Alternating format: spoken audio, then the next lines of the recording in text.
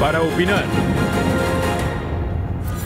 Gracias, muchas gracias por continuar con nosotros. Es noche de lunes, es noche para opinar y como cada semana saludo a mis compañeros Raúl Frías Lucio, director editorial de Mega Noticias, Andrés Villarreal de Mega Noticias allá en Sinaloa y Eduardo Torreblanca Jax, colaborador de Mega Noticias TVC y columnista en El Financiero. Buenas noches a todos, muchas gracias por estar con nosotros en esta mesa de análisis y de debate. Y sin mayor preámbulo, vámonos con la información, porque en esta ocasión abrimos con la polémica desatada por el tono violento en el cual se desarrolló la manifestación. ¿Se acuerda de este viernes? La manifestación feminista en la que, con toda justicia, hay que decirlo, las mujeres clamaron un ya basta a un tema que se viene arrastrando de muchos años, a la violencia de género que se ha generalizado en la República Mexicana. Miles de mujeres se manifestaron en la capital de la República Mexicana, donde hubo lamentablemente daños a una estación de policía, a una estación de Metrobús, patrullas, al Ángel de la Independencia. El saldo: 34 personas lesionadas entre reporteros, policías, paramédicos y civiles, mayormente hombres. En su columna de hoy en El Universal, Carlos Loret de Mola considera que no se puede soslayar que hay una exigencia desesperada de las organizaciones feministas y la sociedad en general por la proliferación de crímenes contra mujeres en todo el país. Entre no hacer nada y reprimir, hay una amplia gama de matices de ejercicio legal y legítimo de la fuerza pública. En su falso dilema para no reprimir, crean un vacío que crece hasta llegar a lo que vimos el viernes: ausencia total de autoridad.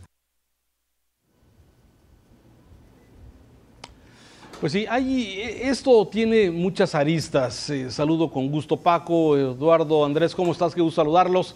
Tiene muchas aristas esta información, desde la que ha mencionado Loret de Mola en su columna del Universal de este día, donde habla de cómo hoy un gobierno de izquierda, un gobierno progresista, bueno, hace frente a lo que ellos en oposición muchas veces hicieron. Pero me parece que lo fundamental, Paco, compañeros, es el tema de esta violencia sistemática que se ha venido dando en contra de las mujeres en este país. Y ahorita regresamos al tema de Loret de Mola, al tema político, a la reacción que tuvo el gobierno del presidente López Obrador y de Claudia Sheinbaum en el tema de, bueno, hacer o no hacer, intervenir o no intervenir y cómo intervenir.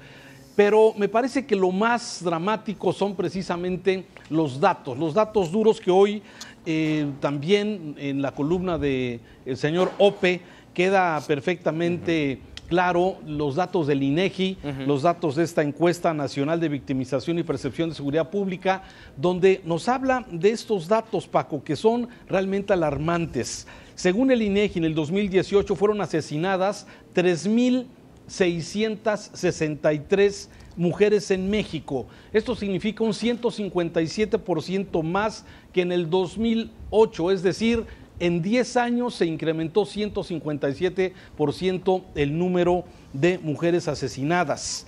El 40% de las agresiones que se dan a las mujeres en este país vienen de sus parejas, especialmente de los novios, de los esposos, sí, o de los seres cercanos. Lamentablemente son datos fríos, dolorosos para una sociedad como la mexicana. Habla también de que el 66% de las mujeres mayores de 15 años han sufrido por lo menos un incidente de violencia emocional, económica, física o sexual.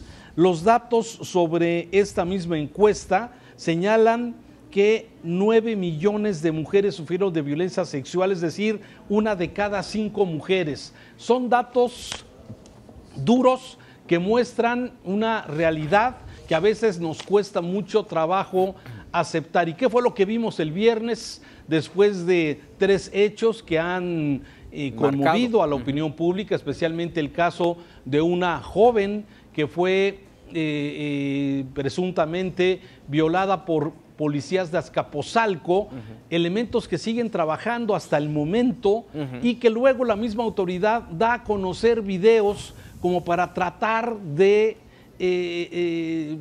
deslindar algunas autoridades sobre este tema. Me parece que son sistemáticas, son datos duros, son datos fuertes y que nos llevan precisamente a esta reflexión de que las mujeres en este país durante muchos años y durante muchas décadas precisamente han sido de alguna forma violentadas, golpeadas, discriminadas y violentadas en términos generales. Esto es digamos, una visión de lo que seguramente estaremos comentando en este espacio más adelante. Sí, es un tema en el que la autoridad ha estado inoperante desde hace muchos años y que es necesario poner en la discusión este tema de la violencia de género, del feminicidio. Andrés. Sí, y una herramienta legal que se ha venido hablando mucho de ella es la alerta de violencia de género, que ha servido pues para muy poco, a pesar de toda esta sobreanálisis que hay del tema de violencia de género, como bien hizo un recuento hace unos momentos Raúl Frías. Es decir, datos hay muchos, esta situación cultural también que significa la violencia de género en un país como el nuestro, México, y la gran mayoría de los países latinoamericanos. Hay una diferenciación clara con otros países con respecto a la violencia de género y otra serie de desigualdades también que vienen arrastrando a las mujeres. Es quizás esta manifestación del fin de semana del viernes pasado, una de las más llamativas en lo que se refiere a organización de las propias mujeres, y que haya terminado en esta circunstancia. Pero hay que verla, me parece, por dos vías. Una es obviamente lo coyuntural que ocurrió ese viernes en la tarde-noche y concretamente en Ciudad de México, porque hubo casi 30 ciudades, 20 y tantas ciudades en las cuales de manera simultánea se realizaron manifestaciones, y en la gran mayoría de ellas no hubo situaciones de este tipo, es decir, agresiones a personas que no tenían nada que ver en la manifestación o que en algunos de los casos solo estaban reportando lo que ocurría. En la gran mayoría no sucedió nada. Eso corre por una vía, pero por la otra, esta cíclica y constante desigualdad y violencia contra las mujeres que se ha venido incrementando. Si nosotros revisamos a más largo plazo, digamos en los últimos 30 años, la violencia contra las mujeres, hay una proporción cada vez mayor en el número total de asesinatos que son mujeres. Es muy lenta la diferencia, pero ha venido incrementándose de manera importante con respecto a hace 10 o 15 años. Eduardo. Bueno, a mí suscribo totalmente lo que mis compañeros han mencionado con respecto a la triste situación que viven las mujeres en México, condenable totalmente el hecho de que no se acabe esa violencia en contra de nuestras mujeres mexicanas, tan lamentable y tan triste como el hecho de que haya pequeños grupos que aprovechan esas circunstancias para crear revuelo y hacer destrozos en instalaciones del sector público, de aquellos cuerpos que precisamente están para vigilar el cumplimiento de la ley, o bien en contra de monumentos históricos tan emblemáticos como el Ángel de la Independencia. Me entristece mucho la situación por la que vive o por la que atraviesa la mujer mexicana, como el hecho que la autoridad descaradamente diga que no va a reprimir y que no va a perseguir a aquellas personas que de manera flagrante, de manera intencional, lesionan monumentos y también agreden a personas que están cubriendo la información que se genera en esas manifestaciones. En este entorno pongo sobre la mesa algo que dijo esta mañana el presidente López Obrador. Lo cito, no necesariamente textual, pero lo dijo así: el mal no se puede enfrentar con el mal. Lo ha dicho ya muchas veces. Y dijo, la paz es el fruto de la justicia. Y aquí mi pregunta es, ¿y en dónde está la justicia?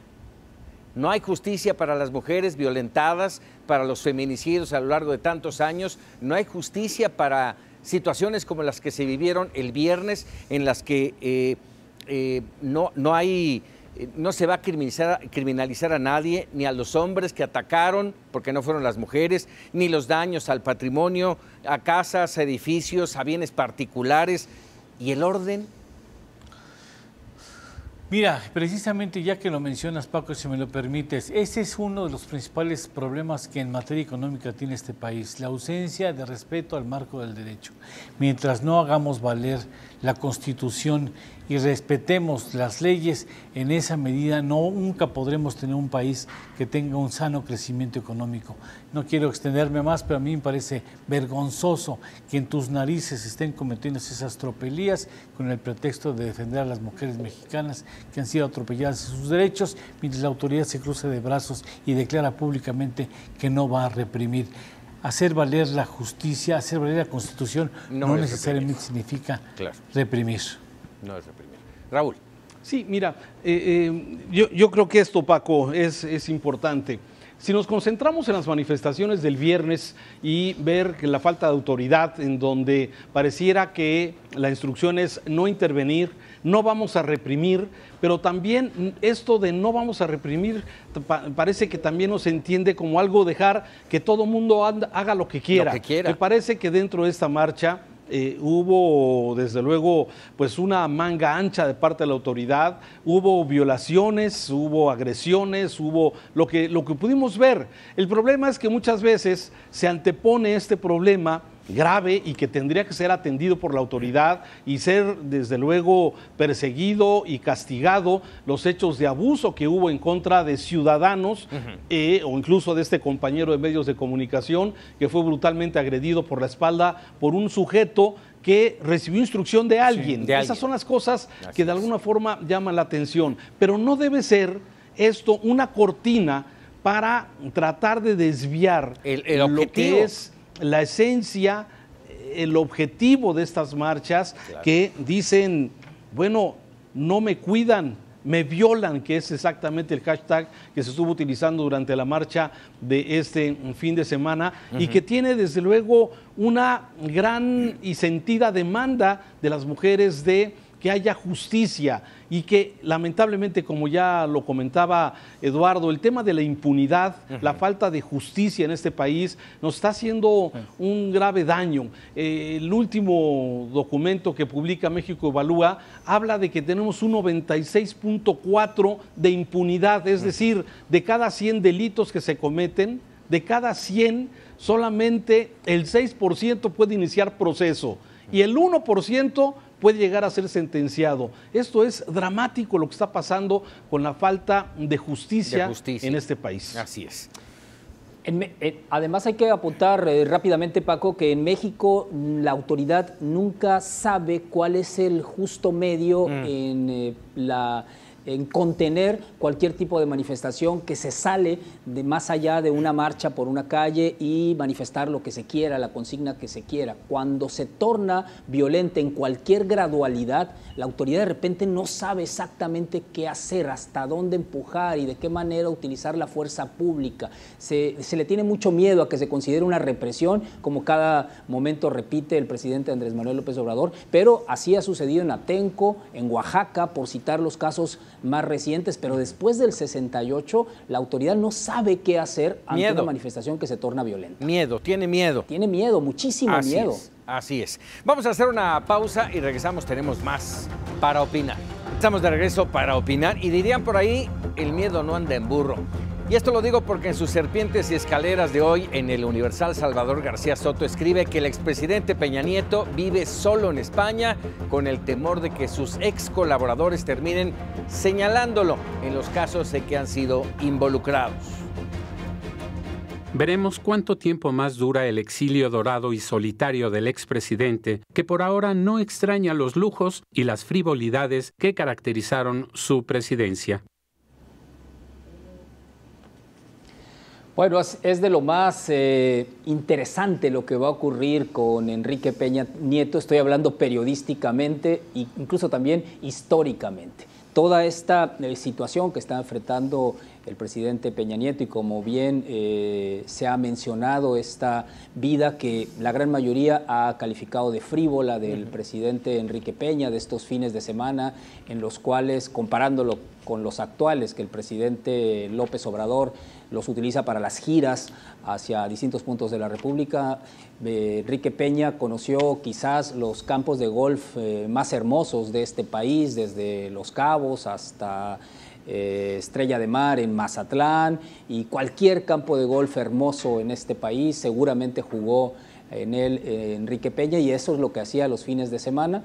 ¿Y qué va a ocurrir? Creo que si en algo somos muy malos los periodistas, o también en algo somos malos, es en hacer estas predicciones con una bola de cristal. Pero sí me parece muy interesante lo que está ocurriendo, claro. Incluso evoca a toda esta situación de poder en México muy compleja. Ya sabemos cómo, que las particularidades que tiene el ejercicio del poder en México, estos rey por 6 años, y que una vez concluido su mandato tiene que alejarse, como lo enseñó durante décadas el Partido Revolucionario Institucional, y ha venido ocurriendo con los otros presidentes. Hablo de Vicente Fox y Felipe Calderón, por supuesto. Quizás el único presidente realmente discreto es Ernesto Zedillo, y que no fue motivo de escándalo de ninguna clase siendo expresidente. De ahí en fuera yo creo que no hay uno solo que se aleje de esta situación de escándalo, de señalamiento, incluso diría hasta de escarnio.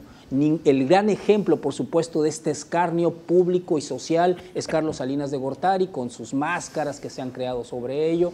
Y Enrique Peña enfrenta uno de sus peores juicios, aunque yo sostengo que la presidencia de Enrique Peña acabó en el año 2014, después de que se reveló el asunto de la Casa Blanca. Su presidencia se fue desmoronando, se cayó como un castillo de naipes, ya fue muy difícil, yo diría imposible, levantar todo eso. Ha sido señalado como uno de los sexenios más corruptos, y mira que ha habido sexenios corruptos en México. O sea, ganarse esa presea es competir contra los mejores de toda la historia de la humanidad. Y quizás comparados con los romanos, con los Césares romanos. Entonces, es una situación bastante difícil la que enfrenta Enrique Peña. Hay quienes dicen que es un hombre que ya está en la cárcel, pero no lo sabe, aunque la jaula de oro no está nada mal en España, diría yo, pero será interesante lo que ocurre judicialmente, no este escarnio social que es una cosa distinta. Judicialmente, como ha ocurrido en países como Perú o como Brasil, con todo y los asegúnes que tienen todos esos juicios. Sí, y bueno, aparece Lozoya, aparece Duarte, aparece Rosario Robles, y ahí es el miedo.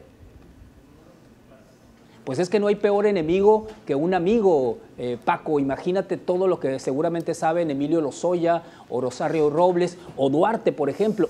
Solo con las 4 frases que dijo Duarte de la relación con Peña, lo hunde de manera completa. Si eso se convierte en una acusación judicial y en una carpeta de investigación, y si además realmente tiene pruebas, porque creerle a Javier Duarte es como creer que existe Santa Claus.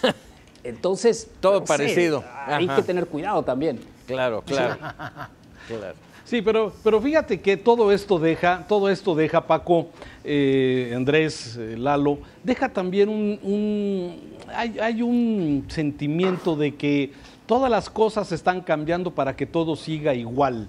La verdad es que todavía hace una semana, y la verdad es que esto se mueve a una gran velocidad. Hablábamos de que ahora sí el fiscal Gertz Manero parece que es un fiscal independiente, va directamente a atacar las causas de la corrupción, va a meter a la cárcel a los causantes de la corrupción, va a recuperar el dinero, que no se sabe ese dinero dónde queda.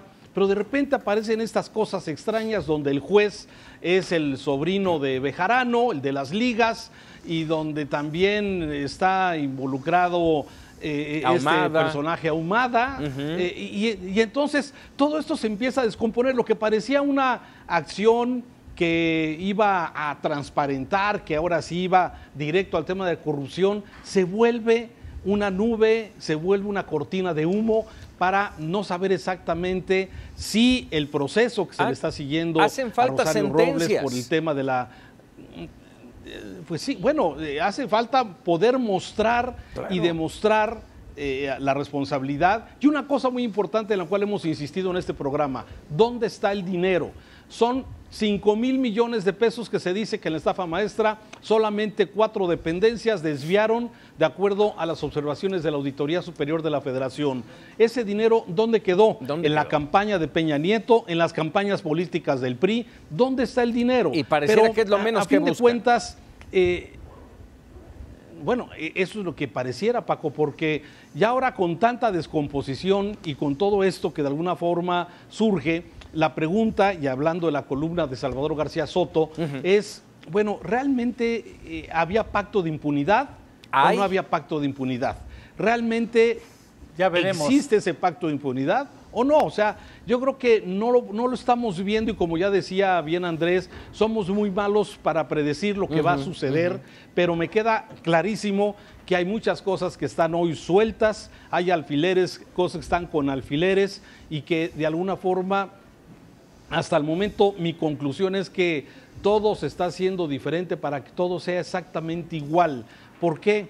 Porque así van las cosas hasta el momento, pero ya veremos. No me quiero adelantar vísperas, pero ojalá lleguemos a esa ruta del dinero, ojalá se castigue a este sexenio de los más corruptos que ha habido en el pasado. Y yo creo que Peña Nieto, y ha habido incluso libros de algunos expresidentes que han escrito sobre esa soledad después de que fuiste el que mandabas, el que siempre tenías acompañante, nunca te faltaba con quién ir a jugar golf. Y bueno, pues ahora vamos a ver qué pasa con el expresidente Peña. Pero Paco, curiosamente los 3 detenidos, bueno, creo que ahora nuestro muy querido amigo argentino-mexicano ha sido absuelto porque comprobó el pago de impuestos. Curiosamente todos tienen que ver con los videoescándalos y se antoja más que es una venganza específica que un acto de justicia. Me parece así. Ahora, en cuanto al exilio dorado del señor expresidente, me parece que el pueblo de México en diversos sectores lo ha condenado ya y lo declara culpable de un enriquecimiento brutal y de ser permisivo hasta el escándalo con actos de corrupción que están en boca de todos, y yo creo que eso lo va a acompañar hasta la muerte. No sé si se siente a gusto sabiendo que ocupó el máximo cargo público en este país y lo que se dedicó es a robar y dejar que otros robaran. Vamos, se cierra la pinza. Hay que decir... A ver, Andrés. Hay que decir, como señala Lalo, esto de este olorcillo, este tufillo de venganza que sí tiene lo que está ocurriendo. Es decir, ya no hay que ser muy inteligente para entender que los personajes que están involucrados, Juan Collado, Rosario Robles y el propio Carlos Ahumada, pues son justamente los que estuvieron relacionados con los videoescándalos de 2004, pero no son los principales. Hay encima de ellos los personajes realmente principales, Diego Fernández de Ceballos, Carlos Salinas de Gortari, y es incomprensible que no lo haya sabido también al mismo tiempo Vicente Fox Quesada y el Procurador General de la República, el general Macedo. Y una televisora, y una televisora, Sí, claro, y una televisora por lo menos, ¿no? Y eso está bastante claro. Todo aquello que dijo Andrés Manuel López Obrador del complot, también ha quedado históricamente comprobado que era cierto, que todos esos personajes participaron, pero aquí está la prueba del fiscal, lo que dice, lo que tú decías, Paco, y lo que también Raúl confirmaba, de que la independencia del fiscal también está en juego. ¿Hasta dónde va a ir en el tema de la estafa maestra? Porque si le seguimos, la estafa maestra, la investigación de Animal Político solamente habla de los años 2013 y 2014, de las cuentas públicas, pero si revisamos las del 2015 y las del 2016, la mecánica para sacar ese dinero continuó. Claro, y los 7,000 millones de los que documenta la estafa maestra seguramente se triplican. 2 preguntas: ¿dónde quedó el dinero, primero? Y segundo, ¿por qué no se investigó? Entonces, la Fiscalía tiene ese reto. Primero, quitarle ese tufo de venganza que tiene todo este asunto, Juan Collado, Carlos Ahumada, Rosario Robles, y si da el paso más arriba, que eso ya es más difícil, imagínate, tendría que ir contra 3 expresidentes, Vicente Fox, Carlos Salinas y Enrique Peña. O sea, es decir, todo se empieza a volver una maraña bastante compleja. Lo veremos. Ya jalar el hilo ya va a ser bastante difícil. Lo veremos. Y esa es a mí me gustaría para los 3. reportearlo. No creo. ¿No? No creo. Hay que... No. Mira, imagínate una descomposición política en medio de una descomposición económica. No le cae bien. Yo tengo esperanza en que sí. Fíjate que, ya lo habíamos comentado alguna vez y alguna vez lo comentamos en este programa, ajá, Paco. En el momento en el que el ambiente político, el ambiente económico, el ambiente se enrarezca, el presidente iba a tener esas herramientas, iba a tener esos elementos para poder echar mano de eso que pues tanto le gusta al pueblo, que es sangre, ¿eh? Queremos ver a un político tras las rejas y se distrae de todo el tema que seguramente Eduardo nos va a comentar en unos minutos, que es precisamente el tema de la falta de confianza.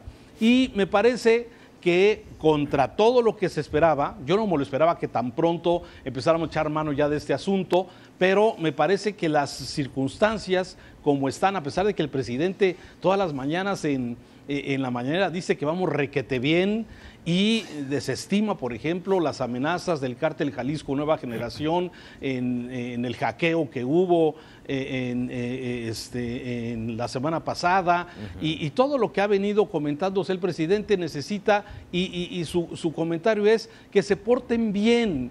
Y la verdad es que yo quiero portarme bien y quiero que todos nos portemos bien, pero el tema es que los criminales, los de los cárteles, híjole, no sé cómo reciban ese mensaje el presidente. Es que se tienen que portar bien. Me parece que necesitamos acciones un poco más contundentes a esto, ¿no? Déjame ya para irnos a corte, nada más déjenme mencionar. Yo estoy de acuerdo con lo que dices, Raúl. Yo también creo que va a pasar y espero que así sea, pero me llama la atención, por ejemplo, el que los abogados de Lozoya que habían mencionado que presentarían videos con toda la prueba, simple y sencillamente se han echado para atrás. Ya no hay fecha para la presentación de esos videos. Como dices, Lalo, a lo mejor ya negociaron o ya les entró el miedo. Vamos a hacer una pausa y regresamos para opinar. Ya estamos de regreso para opinar. Déjeme decirle que hace apenas unos días la Junta de Gobierno del Banco de México decidió reducir su tasa en 25 puntos base para pasar de 8.25 a 8%. Se trata del primer recorte desde junio del 2014. Y bueno, la pregunta aquí para nuestro experto en finanzas y en economía: ¿esto es bueno, es malo, es a tiempo? Eduardo. Es un paso que me parece toma de manera oportuna, aprovechando la coyuntura del Banco Central. Ahora que los bancos centrales de varias naciones en el mundo, 30 específicamente, decidieron bajar sus tasas de interés, pues el Banco de México aprovecha y hace lo propio y le da un muy ligero empujoncito a la perspectiva económica, porque un cuarto de punto porcentual realmente no tendrá un efecto notorio en la reactivación económica. Quizá un poco le aliviará el pago de los intereses de la deuda en aproximadamente 6,000 millones de dólares en los siguientes 12 meses, que no es poco, pero bueno, finalmente no habrá de hacer la diferencia. Es decir, no creo que sea como parte de una política contracíclica, porque recordemos que el Banco de México, el mandato fundamental del Banco Central es mantener el poder adquisitivo de la clase trabajadora, no es el propiciar el crecimiento. En todo caso, eso le corresponde a la Secretaría de Hacienda, que tendría que poner, en manos de buen bombero, por cierto, tendría que poner políticas contracíclicas, como sería una real inversión en sectores estratégicos como en la construcción, en zonas del país que bien requieren de esa construcción. Ya veremos si anotan y se dan la oportunidad de dar un manotazo firme en la mesa y aplicar políticas que reactiven la economía. Ojalá así suceda. Por lo pronto ya se está hablando de que es posible que en el planteamiento para el 2020 no haya un superávit primario de 1.3%, sino de 0.5%, que sigue siendo superávit primario y que significaría un oxígeno de al menos 200,000 millones de pesos para la Administración Federal para el próximo año, para el 2020. Así es. Andrés. Bueno, en economía, como en la gran mayoría de los asuntos públicos, no hay tema sencillo. de la economía y la acción que toma el Banco de México demuestra que también el gobierno federal no está solo. Hay una serie de contrapesos alrededor que contribuyen con su visión, en este caso autónoma, de lo que está ocurriendo en la parte de la economía. Una de los resultados inmediatos, por ejemplo, de la reducción de las tasas de interés, pues es el cambio peso-dólar, que si bien muy pequeño, pero también mostró una mejoría el peso con respecto al dólar. Y otra serie de cosas. No se va a resolver con esta de burla que se hace cuando Andrés Manuel dice somos afortunados y confiamos en nuestra fortuna y en la economía le va a ir bien. Hay un elemento que es muy importante y lo hemos comentado en varias ocasiones: la clase empresarial sigue muy agazapada, reuniéndose con el presidente, hablándole de que se confía en la economía, de que se va a invertir, pero nada más salen de Palacio Nacional y siguen replegados. Este tema de la confianza, que es un elemento que ronda siempre alrededor de la economía, todo es al final confianza en el tema económico, y esa es el elemento que más problema ha tenido. Sin embargo, me parece que ha resultado avante sin costos muy caros, por ejemplo, el relevo en la Secretaría de Hacienda, que hubiera podido ser una catástrofe. Al final se rehizo rápido, no fue más que un tropezón, al menos así se ve hasta este momento. Y también sabemos, por supuesto, que hay un asunto de desaceleración mundial, no solo México, y como no somos una isla, al final también resultamos ahí. Y aparte estamos en el continente donde menos se va a crecer. ¿Qué nos pega más? Sí, déjame nada más. Sí, adelante.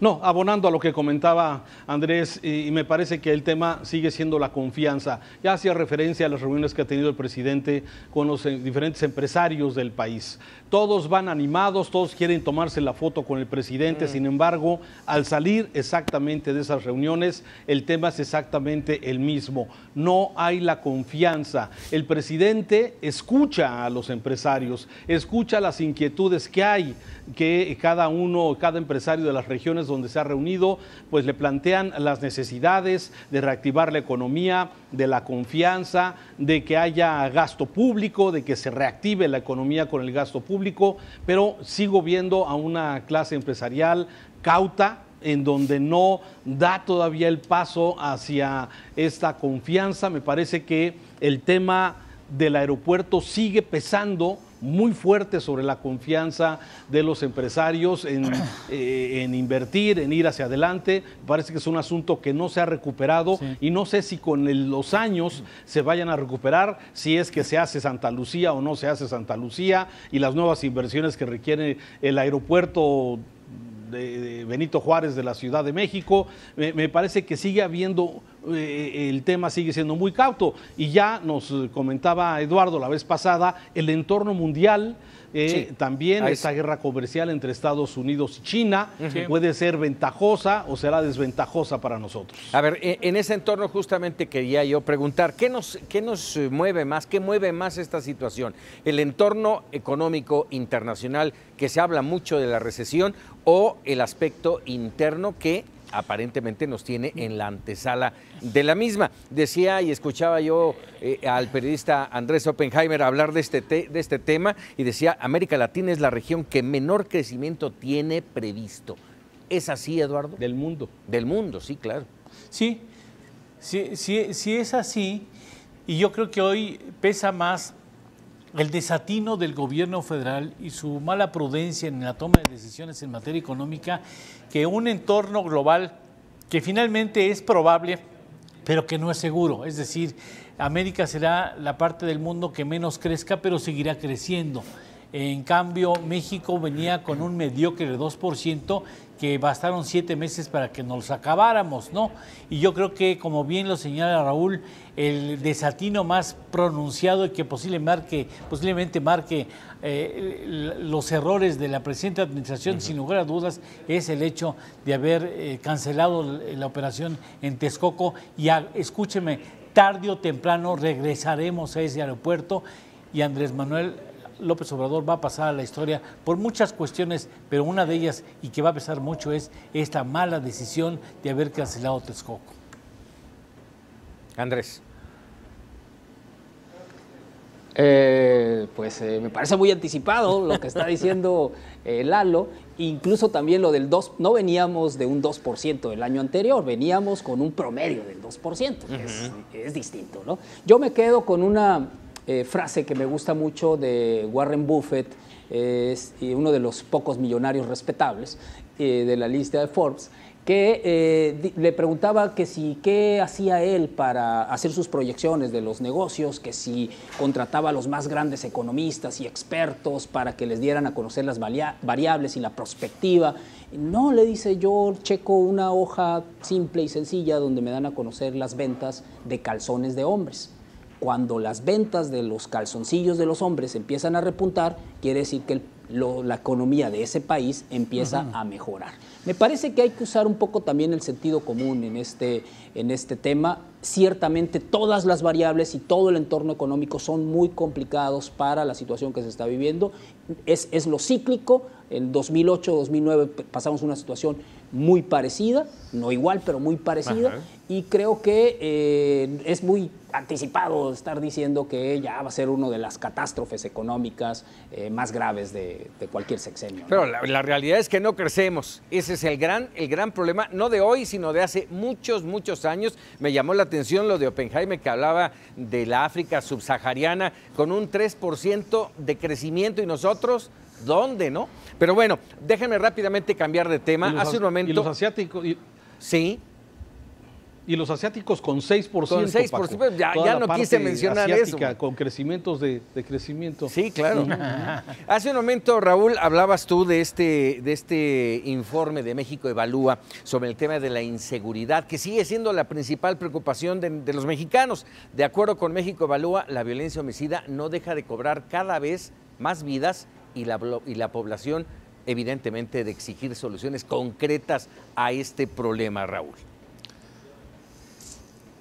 Es dramático lo que observamos, esta gráfica que estamos observando, que son datos del secretariado y que vienen acumulados en este estudio que hace México Evalúa, donde vemos cómo en el primer semestre del año pues tenemos una cantidad impresionante de asesinatos. Parece que había algunas variables que marcaban que entre el mes de abril y mayo había una pequeña disminución, que eso, bueno, generó ciertos datos, comentarios de que estaba conteniéndose el tema de los homicidios. Lamentablemente, Paco, no. El dato sigue siendo un dato escandaloso.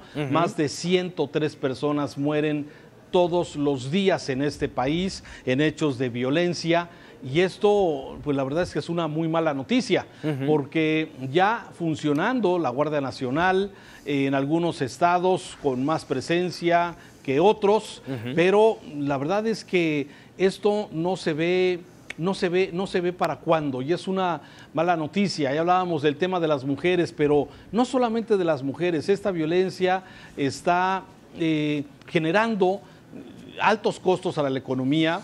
Hoy las empresas, vemos los tráileres en las diferentes carreteras que tienen que ir con escolta. Con el precio de los seguros. Costo, todo eso aumenta los precios de los seguros, el que las empresas tengan que contratar seguridad privada, lo van a repercutir directamente en el precio de sus productos y de sus servicios, y esto está teniendo un alto costo, y sin embargo, a pesar de ser una prioridad en este gobierno y en los gobiernos estatales, no alcanzamos a ver todavía esa contención de lo que es esta parte del crimen. Y lo peor es que los hemos visto actuar. Yo no sé si es real, si fue fingido, si alguien armó todo un teatro para poner hombres camuflajeados con armamento de alto calibre y mandar un mensaje a los gobernadores, al presidente, pero esto pareciera que de alguna forma está... y el discurso del presidente es: hay que portarse bien. O sea, me parece que falta algo mucho más contundente que el mensaje de portarse bien. Me parece que seguimos en este baño de sangre en el país, que está dejando esta estela de muerte, lamentablemente, pues afectando a todos los sectores de nuestro querido México. Cerca de 18,000 homicidios tan solo en el primer semestre, Andrés. Sí, y yo creo que no es una acción contundente lo que se debe esperar, es una política pública coherente e integrada entre el gobierno federal y las fiscalías locales. Hay una crisis institucional en materia de seguridad, las fiscalías son muy débiles, incluso tenemos en algunos de los puntos de mayor violencia autoridades temerosas, y hablo en general, desde alcaldes que tienen miedo porque son el eslabón más débil, policías muy débiles, fiscales que tienen miedo, gobernadores. Son partícipes, ¿no? Además de partícipes, hay una simbiosis entre ambos. Pero digamos, además de todo eso, no se ve que exista una integración de todas estas políticas para que no sea una acción contundente, sino una serie de acciones contundentes para contener primero e ir disminuyendo estas situaciones que ya habíamos dejado de ver un poco. Por ejemplo, lo que ocurrió en Michoacán hace un par de semanas o 3 semanas, de que de repente aparecen 19 cadáveres ahí. Esa parte es lo que el gobierno federal, que es donde debe intervenir, no ha sabido contener nunca. Desde 2010, en que esto explotó con Felipe Calderón, no ha sabido contener ninguna situación de ese tipo porque nunca detiene a nadie, porque ahí es donde choca con lo que acaba de mencionar Raúl, con la impunidad. Nunca nos explica qué cártel y qué organización y qué célula participó en la siembra de 19 cadáveres en Michoacán. Ni nunca nos va a explicar quién es esta serie de personajes que aparecieron del cártel Jalisco Nueva Generación amenazando, y etcétera, etcétera. Mientras no explique eso solamente tiene una palabra, que es impunidad. Impunidad, ese es el tema. Y bueno, hasta aquí para opinar. Les agradezco, por supuesto, a mis compañeros, mi querido Eduardo, Andrés, Raúl, muchas gracias, pero sobre todo a usted que nos permitió darle nuestras opiniones, nuestro análisis y este debate para que usted se quede con la mejor opinión. Lo dejo con los memorables, no sin antes recordar de que Para Opinar es mañana con Raúl Frías. Muy buenas noches.